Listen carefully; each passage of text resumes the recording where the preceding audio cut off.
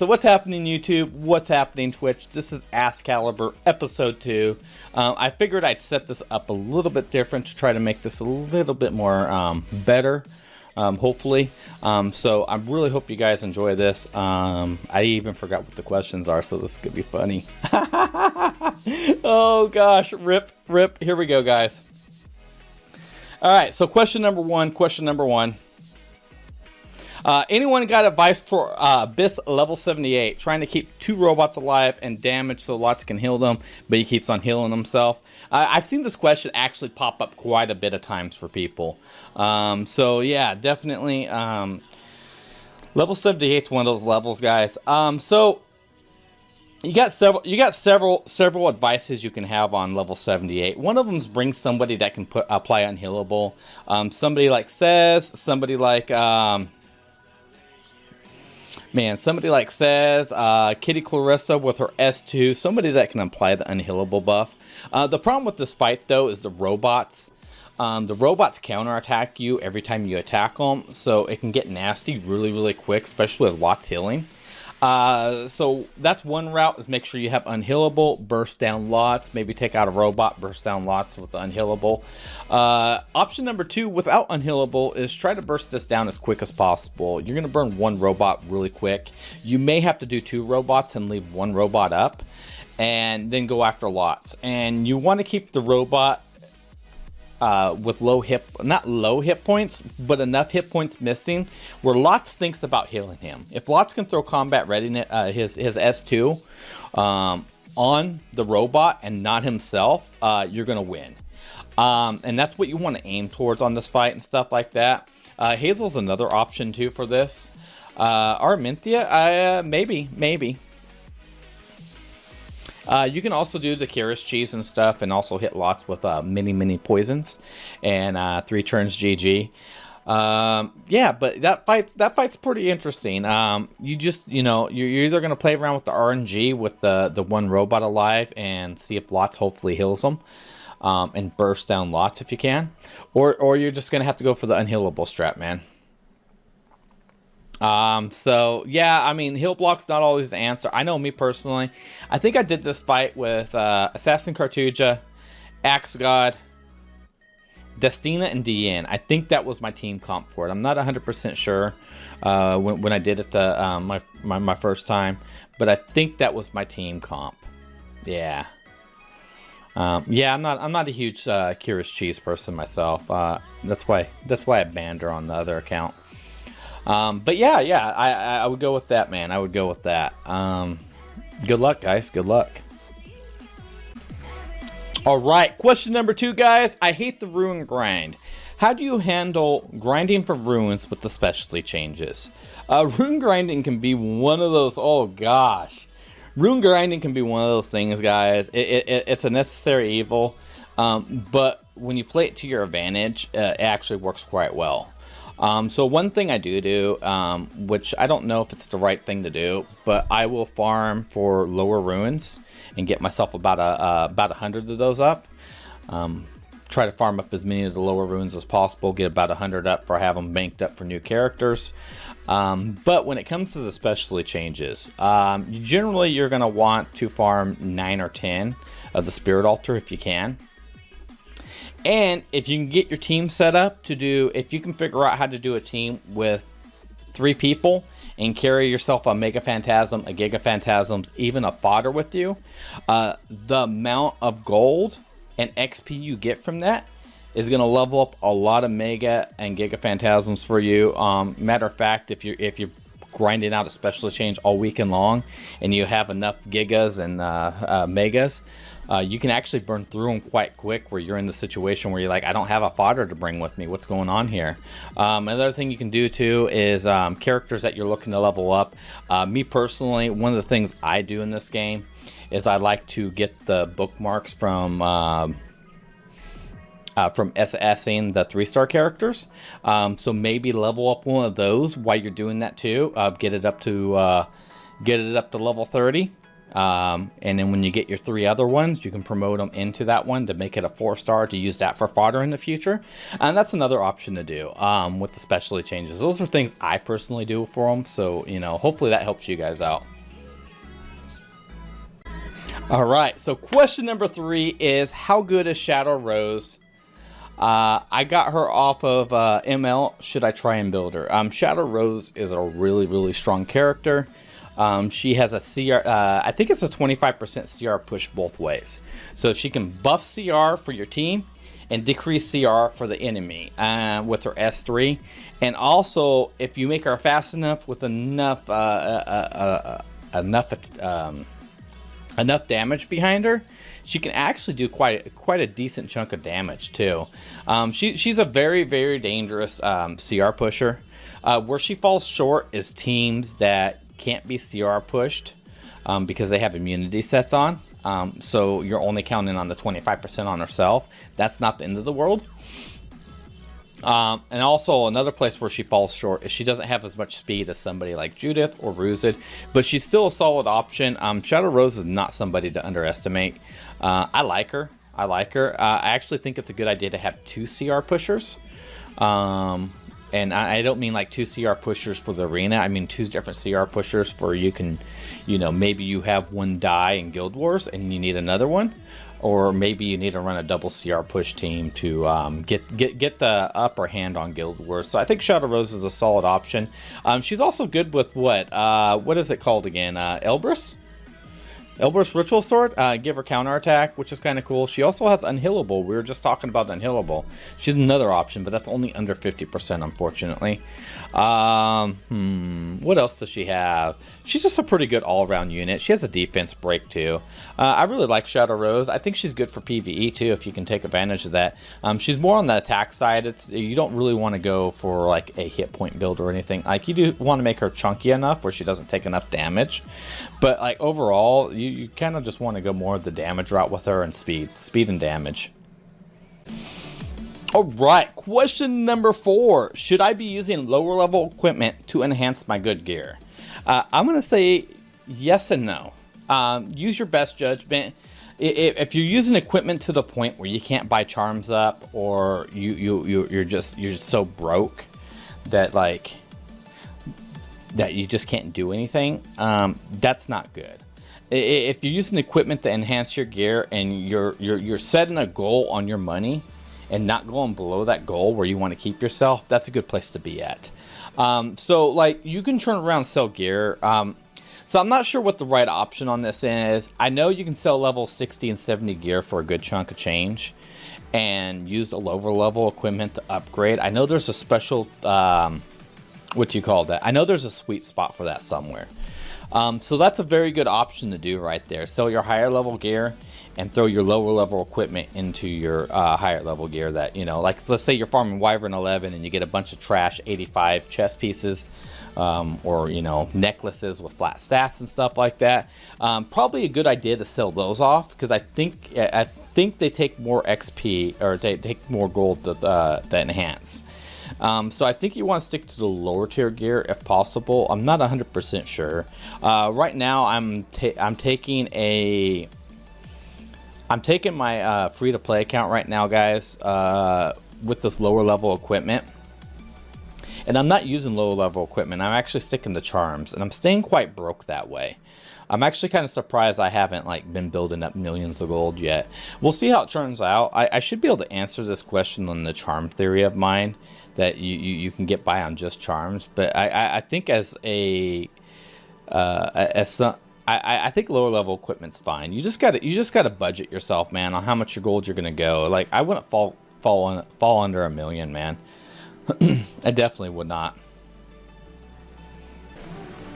How does CR work? Can CR reduction be reduced with effective resistance?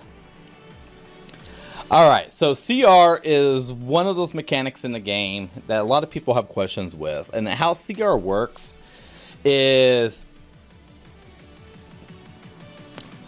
How CR works, man, is you got the bar on the left-hand side. This left-hand side bar, when you click on the hourglass, it's going to show you all these percentages. It's going to show your villagers at like 50%, It's going to show there's a Shadow Rose at like 98%. It's going to show there's a freaking Ruzid at 100% or something like that. That's the CR. That's the CR. That's where they're at on the bar. Yeah, I guess that's the best way to explain it. Now, CR is a flat percentage. So, like, when you're using somebody like Ruzid, let's say this Ruzid goes. Let's say the Shadow Rose is the enemy. Your Ruzid is at 100%, and your Vildred is at 50%. Okay.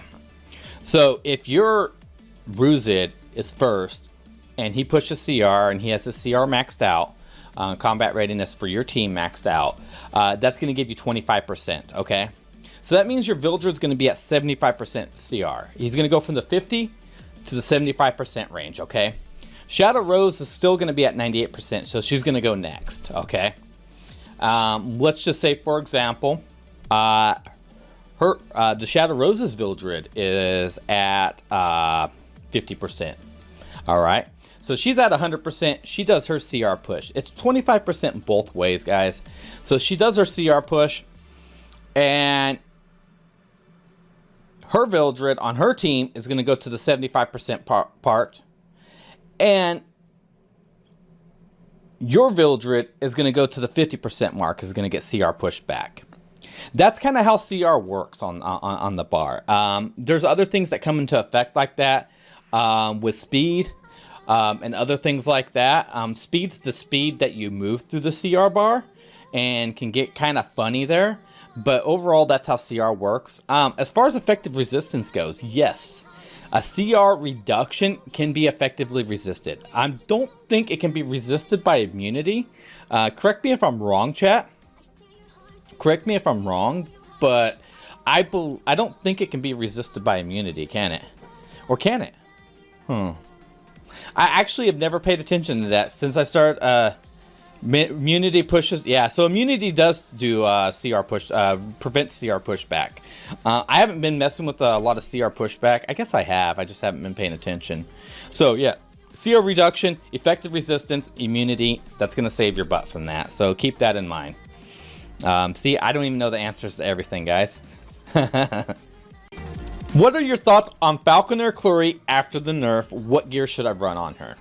Alright, so this is another double question here. My thoughts on Falconer Clury after the nerf. Falconer Clury was a solid 11 out of 10 before the nerf. Alright. After the nerf, I think she's a solid 9.5 out of 10. I don't think there's anything wrong with Falconer Clury. I think Falconer Clury is amazing. She's still really solid in Guild Wars, especially with her magnificent freaking Dispel, Defense Break, Provoke on S3. She's still super speedy, which means you can get her super fast and still take out targets in Guild Wars. In PvE, you know, throw Arius on her, man. You could probably use her on a defense team.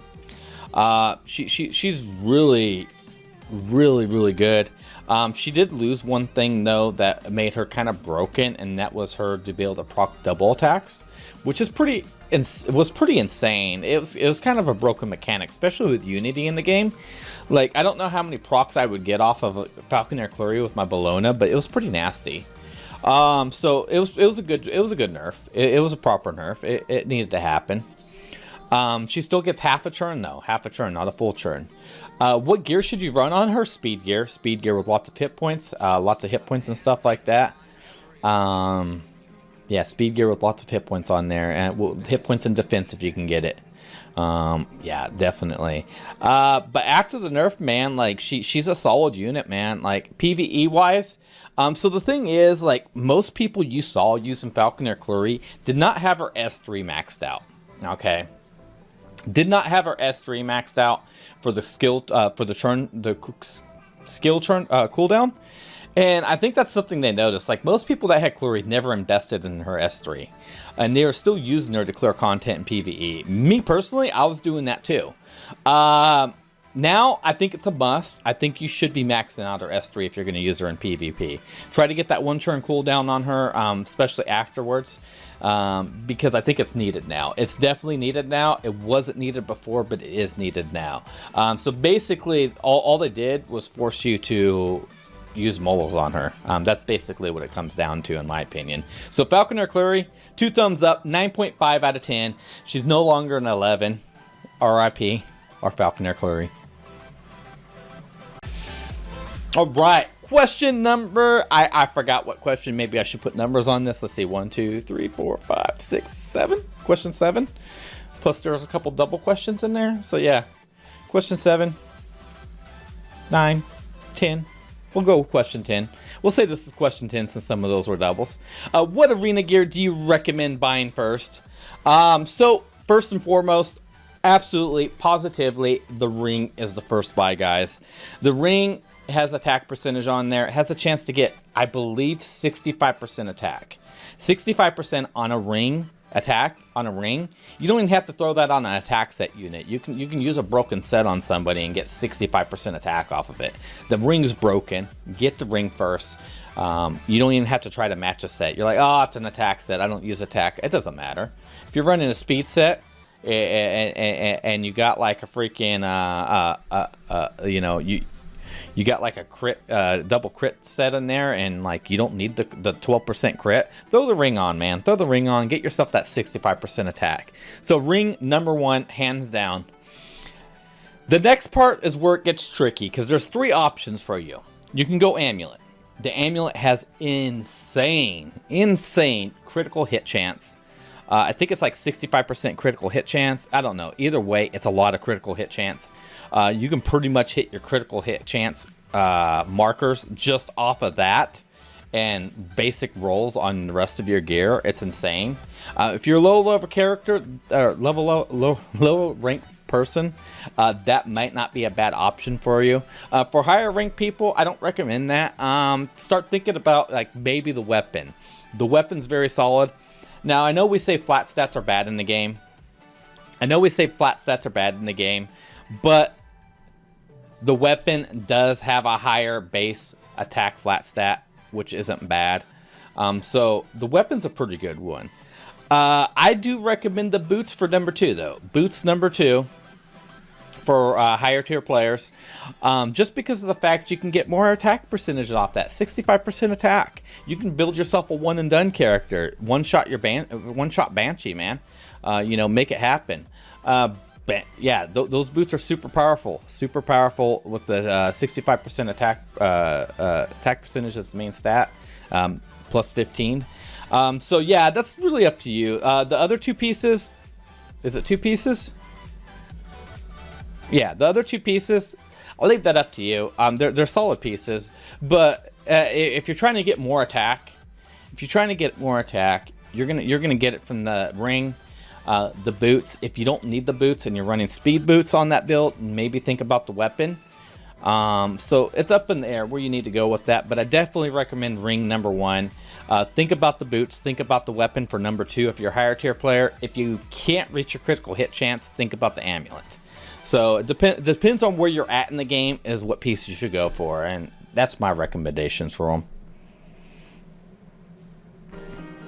All right, last question, guys. Last question. Can you explain effectiveness and effective resistance? Yeah, definitely. All right, so this is one of those things that's kind of clear, but not really clear.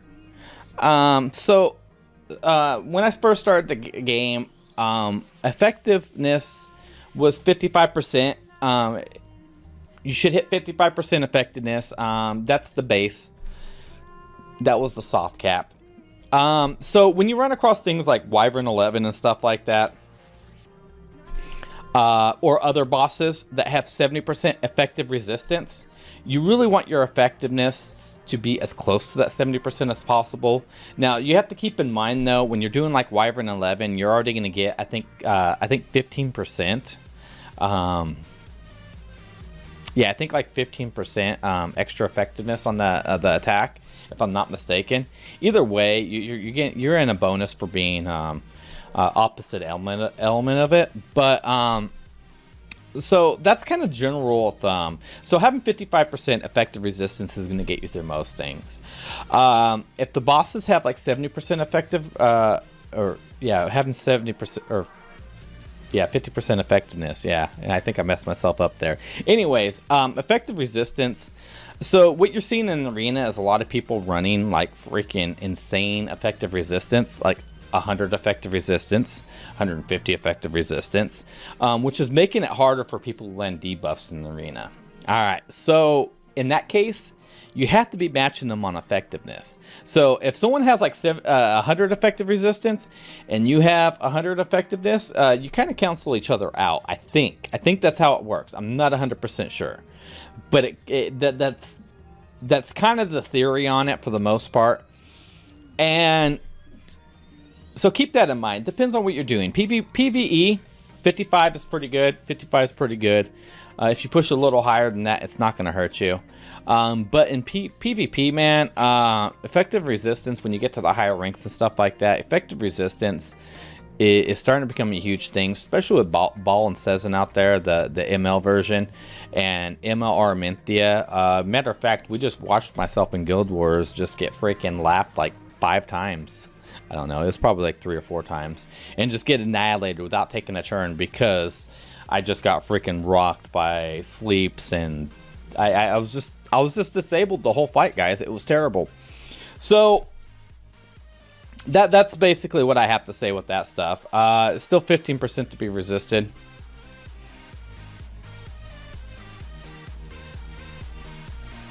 There's always a 15% innate resist, yeah. You either want your resistance to be 0 or 150% on PvP. That's probably a good rule of thumb to go by when you're going into the higher ranks and stuff like that. But, you know,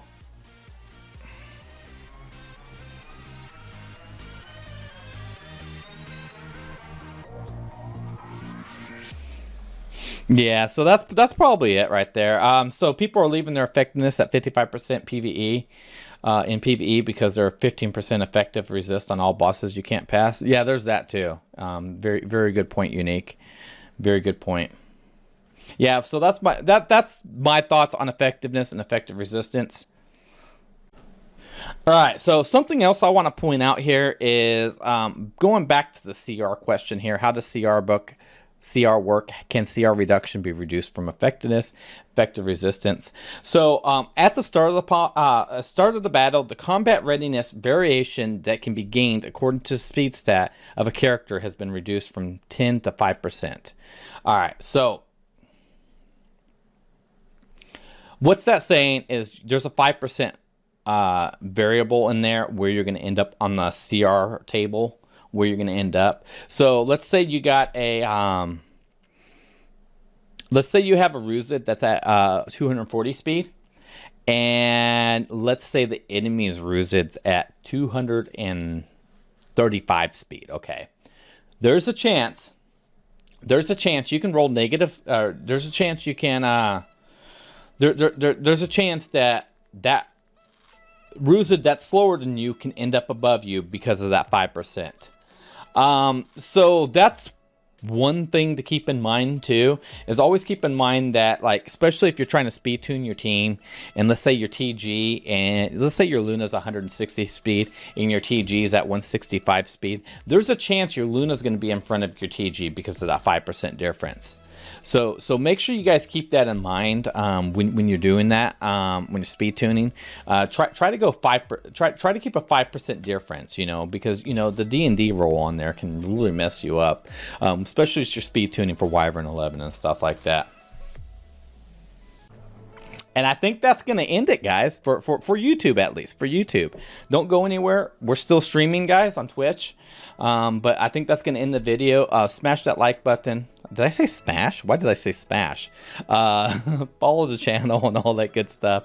Thanks for watching this. Leave a comment below and let me know if you like this type of content, if you like the Ask Kallibur. Thanks, guys, and have a good one. Hey, if you guys are enjoying this content, go ahead and hit that like button, hit that subscribe button, leave a comment below, and let me know what you guys want to start seeing. Follow me on Twitch, follow me on Twitter, follow me on the Discord, all those links right below. Hey, you guys have a good one. Thank you for watching.